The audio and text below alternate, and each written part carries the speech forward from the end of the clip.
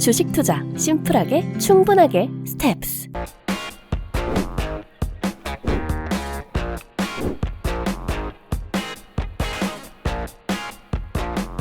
스텝스 구독자 여러분 안녕하세요. 돈 되는 정보만을 꽉꽉 눌러서 알려주는 리서치 돈알리를 진행하는 최상욱입니다. 어제도 연준에서 3월 이제 의사록이 공개가 됐는데 50p 연속 인상이라든가 이렇게 금융 환경이 주식 투자자들한테는 굉장히 좀 불리한 환경인 것 같습니다. 국내도 마찬가지인데 그럼에도 불구하고 이렇게 금리가 상승되는 국면에서는 또 금융지주를 또 봐야 되지 않냐 이런 생각이 드는 게 또 자연스러운 반응일 텐데 그래서 오늘은 좀 굉장히 특별한 자리를 가져봤거든요. 하나투자증권에서 은행을 담당하시는 김도하 애널리스트하고 그리고 오늘의 매우 스페셜 초초초초 울트라 슈퍼 게스트 신한지주에서 IR 팀장을 하시는 박철우 IR 팀장님을 모시고 돈알리를 시작해 보도록 하겠습니다. 안녕하세요. 네, 안녕하세요. 하나투자증권 김도하입니다. 네, 안녕하세요. 네, 안녕하세요. 신한금융지주에서 IR팀을 맡고 있는 박철우 팀장입니다. 이런 자리에 초대해 주셔서 감사합니다. 일단 나와주셔서 제가 더 감사드리고요. 제가 서두에서도 조금 말씀을 드리긴 했는데 일단은 신한금융지주에서 오셨으니까 제가 좀 첫 번째 질문으로 좀 여기 다 이제 금융 전문가들이시고 저는 그만큼은 전문가가 아니기 때문에 금리가 이렇게 올라가거나 하는 이런 환경이 그런 금융지주들한테는 좀 괜찮은 경영 환경인지 이런 거에 대해 좀 간단하게 설명을 해주실 수가 있을까요? 아까 서두에 말씀하셨습니다만 오늘 아침에도 이제 FRB 쪽에서 이제 금리 인상에 대한 부분을 시사를 했고, 네. 그리고 이제 앞으로 한국은행의 통화정책 방향도 금리를 인상하는 쪽으로 지금 다들 그렇게들 보고 계신데 기본적으로 이게 은행 자회사에게는 긍정적인 효과라고 볼 수 있을 것 같습니다. 네. 기본적으로 이제 아무래도 이자 이익이 저희 수익원의 상당 부분을 차지하고 있기 때문에 네. 금리가 인상됨에 따라서 그거에 대한 마진을 개선할 수 있는 여지도 이자 마진을 개선할 수 있는 여지도 많고요. 그래서 올해는 특히 저희가 볼 때는 이제 은행 쪽에서 이자 이익을 통한 어떤 이익 증가가 상당히 좀 선전을 하지 않을까 이렇게 보고 있습니다. 네, 설명을 딱 듣다 보니까 제가 제 마음에 이제 두 가지의 자아가 갑자기 나오는데 투자자로서의 자아는 금리 상승 국면에서 금융지주가 수익을 좀 많이 낼 것 같으니까 괜찮아 보인다 이런 마음이 들면서도 또 대출 소비자로서의 자아가 이제 이쪽 한켠에 또 나와가지고 약간 뭐라 그럴까 이해상충적인 그런 마음이 드는 게 조금 있는 것 같습니다. 다음 두 번째 질문 한번 드리고 싶은데 그러면은 저희가 2021년에 신한지주는 좀 어떻게 실적을 좀 결산을 하셨고 그리고 올해는 경영 환경이라든가 아니면 이런 가이던스나 이런 게 조금 있으신지 그런 거 좀 여쭤보고 싶어요. 저희가 21년도 실적을 보게 되면 창립 역대 최대 규모인 4조 193억 원의 순이익을 기록했습니다. 이게 또 중요한 부분이 최대 규모이기도 했는데 네. 8년 연속 이익이 증가를 했어요. 그래서 예. 4조 원대 이익을 내는 회사가 네. 국내뿐만 아니라 네. 글로벌리도 많지도 않은데 네. 거기에 8년 연속 증가를 했다는 것 또한 네. 그렇게 엄청나네요. 많지는 않습니다. 네. 네. 결국은 이제 21년도를 돌이켜 보면 네. 하반기부터 이제 금리 인상이 시작이 됐잖아요. 네. 그래서 이제 그거로 인해서 이제 물론 수혜를 받은 부분도 있지만 상반기까지를 보게 되면 결국은 이자 이익뿐만 아니라 네. 비이자 이익, 수수료 수익, 특히 자본시장 쪽에서 네. 유가증권 매매 이익이라든지 여러 가지 수수료 이익 쪽에서 이익이 늘어났던 부분들이 고루고루 나타나면서 네. 어떤 4조 원대의 이익 규모를 창출할 수 있었다고 보고 있습니다. 그러니까 그러면은 아까 이제 이자하고 약간 좀 비이자 쪽으로 조금 나눠서 이렇게 좀 말씀하셨는데 작년에 특히 좀 선제적으로 우리나라가 금리를 또 3번 이렇게 올리면서 좀 그런 게 있었잖아요.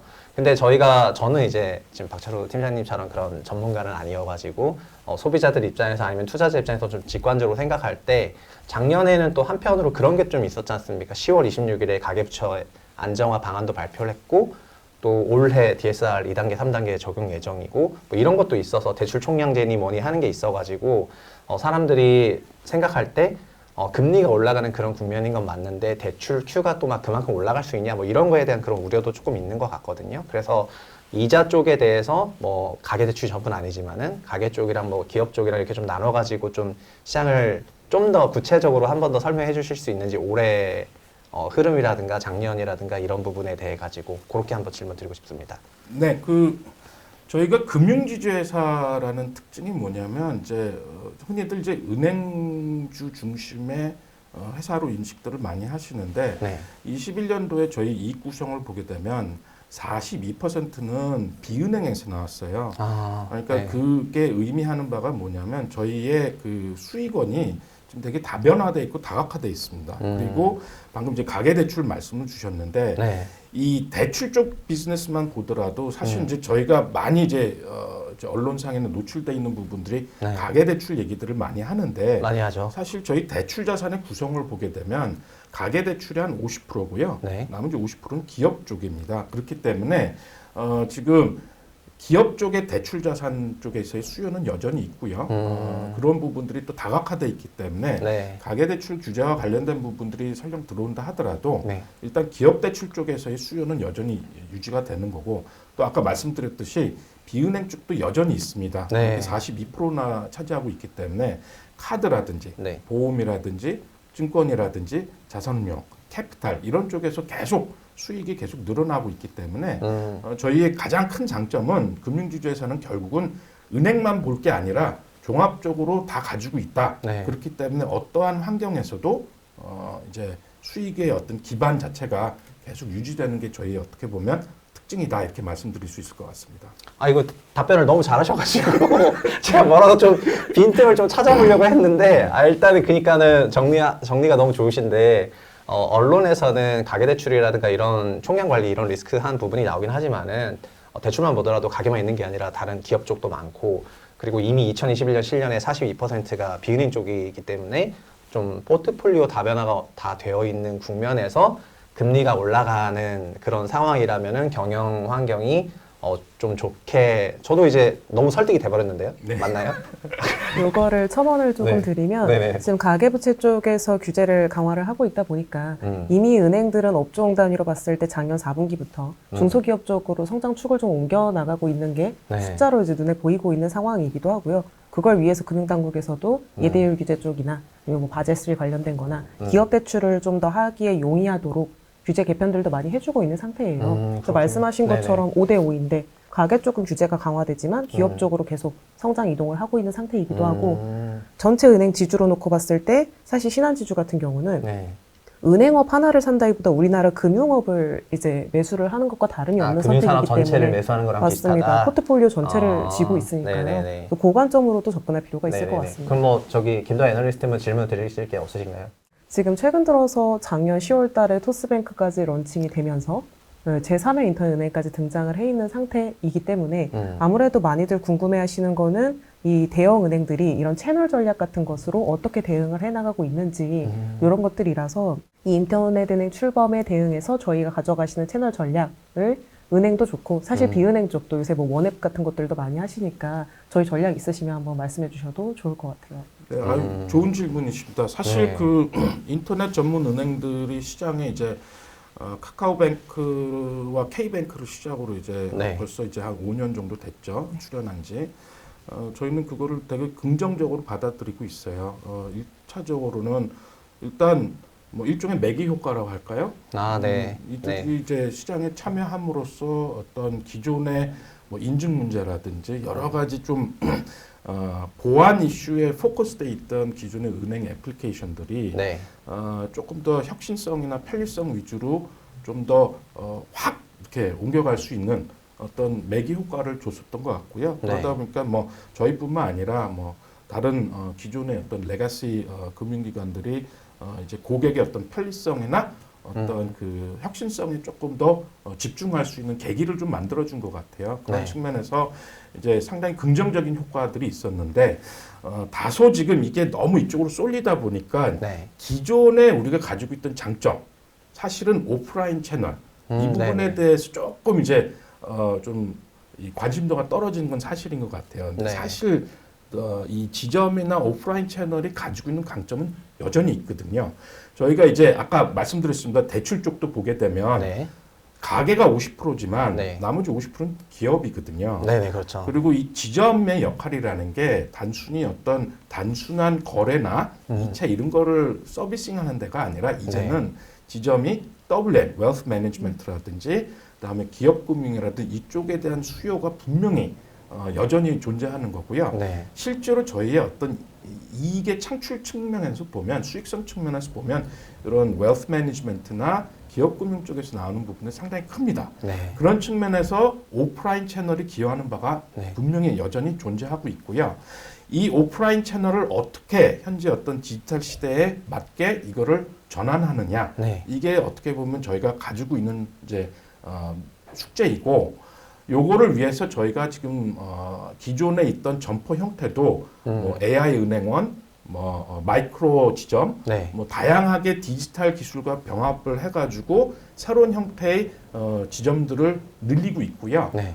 이게 어떤 생산성이나 수익성 관점에서 조금 더 이거를 높일 수 있는 그런 지금 전략들을 펼치고 있고, 궁극적으로는 이걸 통해서 미래형 점포들이 앞으로 계속해서 나올 것 같습니다. 저희 작년에 강원도에서 음. 편의점에 이제 신한은행 지점을 접목한 이런 것들 처음 런칭하신 걸로 좀 기사 같은 것들도 봤었거든요. 네. 그래서 이제는 좀 지점 형태를 다양하게 조합을 해서 그런 시도들이 자꾸 나오고 있는 것 같긴 합니다. 되게 흥미롭게 봤었어요. 편의점이랑 신한은행 점포가 같이 융합이 됐어요? 네. 아, 그러면 은행인데 편의점이 붙어 있다고 생각하면은 약간 그렇습니다. 그런 느낌이에요? 저희가 이제 특정 유통업체들하고 제휴를 맺어가지고 네. 그런 형태로 가져가고 네. 있고, 아까 잠깐 말씀드렸습니다. 무인 점포도 생길 거예요. 네. 그래서 이제 무인 편의점 생기듯이 네. 은행 지점도 무인 점포가 생기면서 아, 이제 그냥 들어가면 똑같은 점포인데 사람은 없습니다.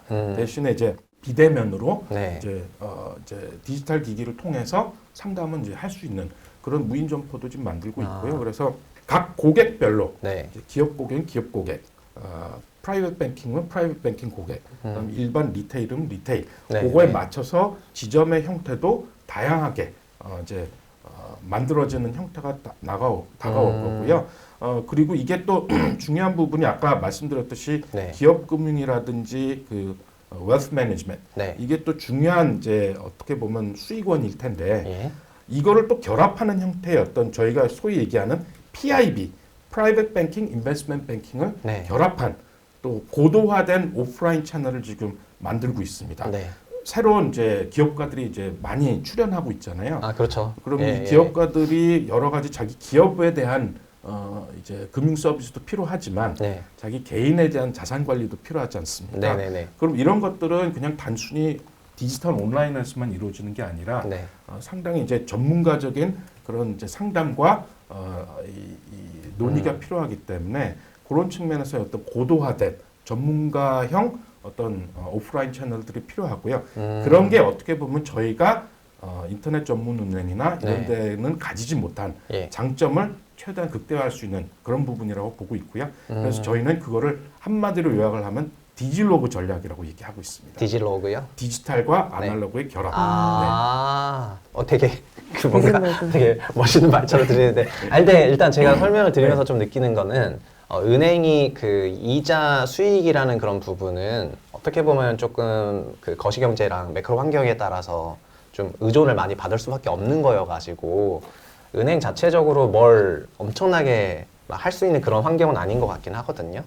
근데 말씀하신 것처럼 신한지주가 지금 비은행 쪽에서 이미 40% 이상의 그런 수익을 올리고 계신데, 비은행 쪽은 또 자체적으로 뭔가 그런 솔루션을 도출하거나 할 수 있는 그런 부분인 것처럼 느껴지기도 했고, 그리고 아까 은행 쪽에서도 종전에 이제 인터넷 은행 처음 나왔을 땐 저도 그렇지만은 이런 오프라인 지점들 다 없애야 되는 거 아니야 막 이런 생각을 했었는데, 이게 시장이 좀 성숙하고 그런 시간이 좀 지나다 보니까 다시 한번 말씀하셨던 것처럼 그 아날로그 오프라인의 그 강점을 재발견할 수 있겠다는 그런 생각이 다시 이렇게 올라오는 그런 국면인 것 같아요.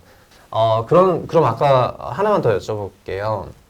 뭔가 되게 그 저희가 생각하는 그런 전통적인 뭐 좀 지루한 그런 은행업이 아니고 금융산업 전체에 투자라는 김도하 애널리스트 발언이 있었기 때문에 되게 인사이트풀한 발언이라고 생각이 되는데, 저희는 또 이제 주식 투자자들이 많이 보시는 채널이에요. 그래서 그럼 최근에 뭐 주주를 위해서 어떤 여러 가지 행보를 하시고 계신 게 있는지, 또 이쪽으로는 좀 어떤 생각이신지 좀 여쭤보고 싶습니다. 네, 아주 중요한 포인트입니다. 저희는 사실 뭐 신생 테크 기업과 같이 연간 뭐 50% 이상의 성장을 기대할 수는 없어요. 근데 아까도 말씀드렸지만 8년 연속 꾸준히 지금 이익을 성장하고 있고 그게 안정적으로 지속적으로 늘어나는 게 중요한 포인트인 것 같고요. 거기에 맞춰서 이제 결국은 아주 고성장 기업들은 아니기 때문에 이제 주주 자본을 어떻게 효과적으로 잘 활용하느냐. 결국 이제 자본 수익률, ROE가 이제 중요한 것 같고요. 그런 측면에서 ROE를 꾸준히 개선해야 되고 마지막 정점에는 결국은 주주 환원인 것 같아요. 주주 환원율을 어떻게 높이느냐 이게 가장 이제 중요한 어떻게 보면 가치주로서의 이제 중요한 원칙인 것 같고요. 그런 측면에서 보면 저희가 지속적으로 이제 주주 환원과 관련된 여러 가지 뭐 작년에는 저희가 분기 배당을 이제 최초로 시행했던 회사였고 얼마 전에 이제 자사주 소각 발표도 했는데 네. 이 주주 환원율을 꾸준히 높이는 게 결국은 선진 은행들, 금융회사들, 미국이나 유럽에 보는 회사들이 가져가고 있는 방향이거든요. 보통 이제 우리나라에서는 주주 환원하면 보통 이제 배당 성향으로 얘기들을 많이 하는데 이 쉐어홀더 페이아웃이라는 개념은 사실 배당 성향, 현금 배당에다 플러스 자사주 소각과 같은 정책들이 복합적으로 녹여져서 쉐어홀더 페이아웃이라는 표현들이 원래 미국 같은 데는 그게 이제 보통 통상적으로 받아들이는데 저희가 지금 추구하고자 하는 방향은 그런 미국 금융회사들처럼 단순히 현금 배당뿐만 아니라 자사주 매입 소각을 통해서 총 주주 환원율을 높이자. 이거를 지금 추구하고 있고요. 여기서 이제 자사주 매입 소각이 가지고 있는 의미는 특히 현재 저희 금융주들이 장부가 대비 지금 낮게 평가가 돼 있어요. 그 얘기는 뭐냐면 싸게 자기 주식을 살 수 있다는 얘기거든요. 아, 그렇죠, 그렇죠. 네네네. 그러면 이게 1타 3피 효과가 있는 게 첫 번째는 일단 저희가 자사주를 매입을 하면 수급 측면에서 주가를 받쳐주는 효과가 첫 번째 있고요. 네, 그렇죠. 두 번째는 뭐냐면 이게 주식을 소각을 하면 ROE에서 E가 줄어들잖아요. 네네. 자본을 감소하니까요. ROE가 높아집니다. 그리고 세 번째는 뭐냐면 주당 배당금이 올라갈 수밖에 없어요. 주식수가 줄어드니까 이 1타 3피 효과가 있습니다. 그래서 이게 주가가 장부가보다 낮게 거래되고 있을 때는 단순히 현금 배당만으로 늘리는 게 아니라 이 자사주 매입 소각 효과가 상당히 좀 주주 환원 측면에서 좀 도움이 되는 부분들이 있고요. 그런 측면에서 저희가 지속적으로 이런 자사주 매입 소각은 정례화를 해가지고 이런 어떤 가치주로서의 포지션, 주주 환원율을 높이는 그런 노력들을 계속해 나갈 거고 지금 저희가 배당 수익률로 보면 대략 한 5% 정도 되는데 사실 이제 보통 주식 투자를 할 때 이퀴티 리스크 프리미엄이라고 얘기하잖아요. 주식 위험 프리미엄. 그게 이제 보통 한 8, 9%를 얘기를 하잖아요. 근데 그거를 어떻게든 맞춰볼 수 있는 게 이제 결국 궁극적인 어떤 이상적인 모습이 아닐까 그렇게 보고 있는데 아직 멀긴 하죠. 지금 배당 수익률이 한 5% 정도 나오니까. 그런 측면에서 보면 이 현금 배당뿐만 아니라 자사주 매입 소각의 어떤 이 조합들이 좀 이런 거를 달성하는 데 도움이 되지 않을까 싶고요. 저희는 어떻든 중요한 건 앞으로 이 주당 배당금에 있어서는 저희는 후퇴하지 않을 거다. 그런 거를 이제 가지고 이제 정책을 계속 펼쳐 나갈 생각입니다.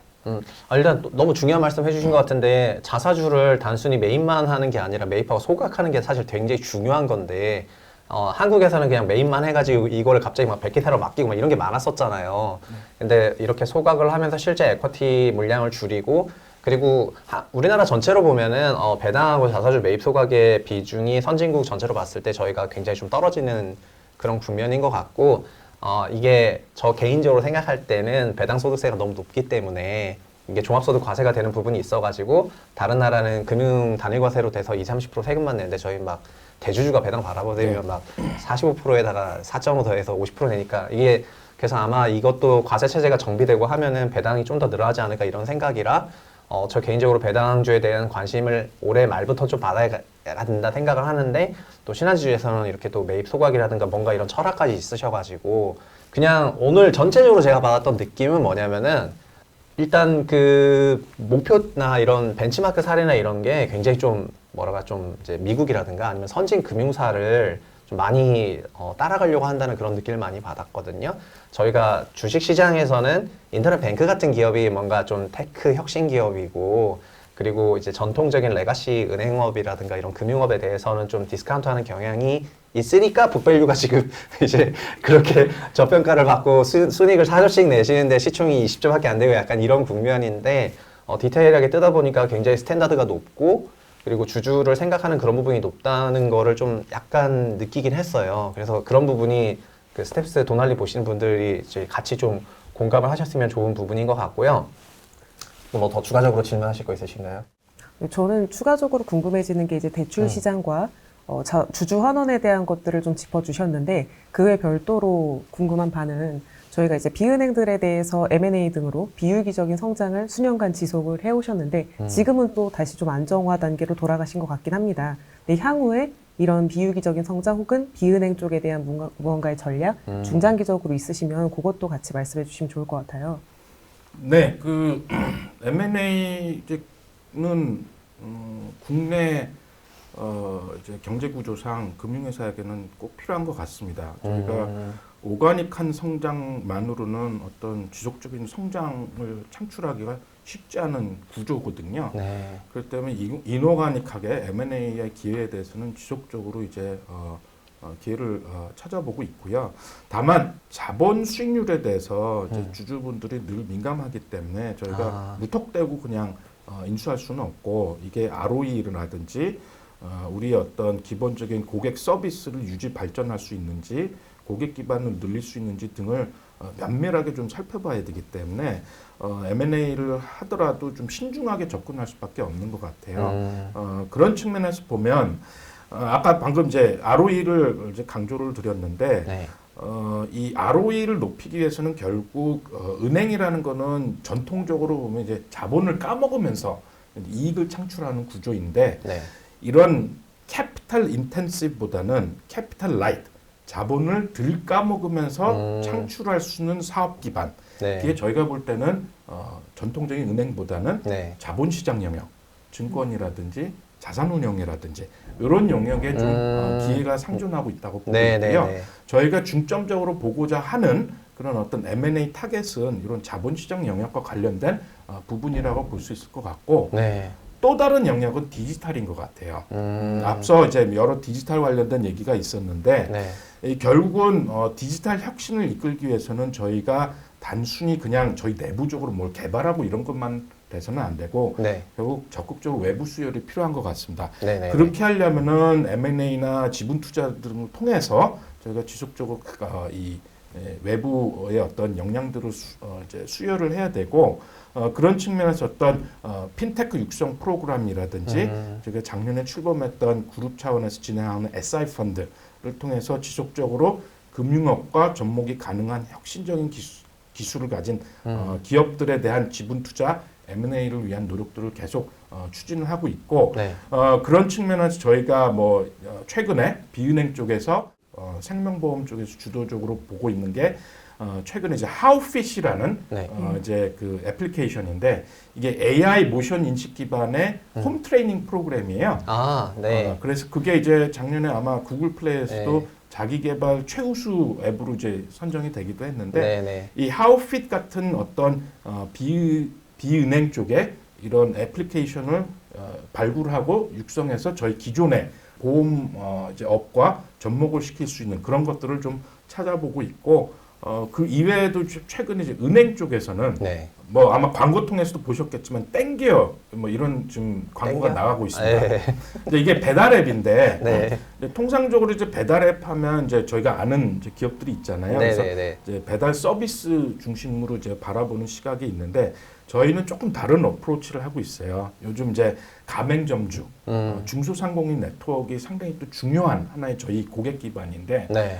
이분들을 위한 어떤 결제 프로세스를 조금 더 간편하게 좀 해준다든지 네네네. 이런 것들에 대한 어떤 포커스를 두고 중소상공인 네트워크와 상생할 수 있는 이 앱을 저희가 이제 이거를 론칭을 했고 아직 네. 초기 단계이긴 하지만 네. 요 중소상공인 네트워크를 어떻게 하면 최대한 끌어올릴 수 있지에 대한 고민들을 하고 있고 그런 측면에서 저희가 더존 비존하고 네. 제휴를 한다든지 네. 최근에 이제 KT하고도 저희가 이제 지분 제휴에 대한 아나운스를 했는데 네. 그것도 다 이런 중소상공인과의 어떤 네트워크를 강화를 해서 기존 어떤 빅테크 기업이 주로 이제 개인 소비자에 초점을 맞춰져 있다면 네. 저희는 이런 중소상공인 쪽의 어떤 디지털 생태계를 여러 이제 기업들과 이제 제휴를 통해서 좀 만들어가고자 하는 게 저희 어떻게 보면 관심사고 이런 측면에서 어떤 M&A는 어떤 아까 자본시장 영역과 네. 그런 디지털 영역 네. 그렇게 좀 있고 마지막으로 한 군데 꼽을 수 있는 게 해외인 것 같아요.